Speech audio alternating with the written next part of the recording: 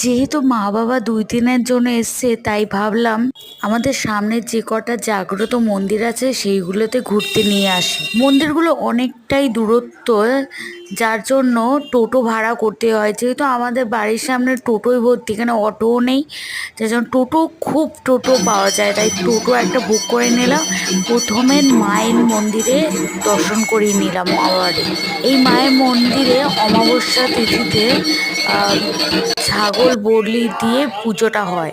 তারপর চলে এসেছি এক সাধু বাবার আশ্রমে। যেহেতু সন্ধ্যার সময় বেরিয়ে পড়ছিলাম, তাই পুজো হচ্ছিল। আর ঠিক এই মুহূর্তটায় পুজোর গঙ্গা জল, শান্তির জল বলো, প্রদীপের তাপ সব কিছুই নেওয়া গেছে। মনটা যেন সত্যি ভরে গেছে আমার, প্লাস আমার মা বাবারও। পরপর অনেকগুলো ছোট ছোট ঠাকুরের মন্দির হয়, এক এক করে প্রত্যেকটা মন্দির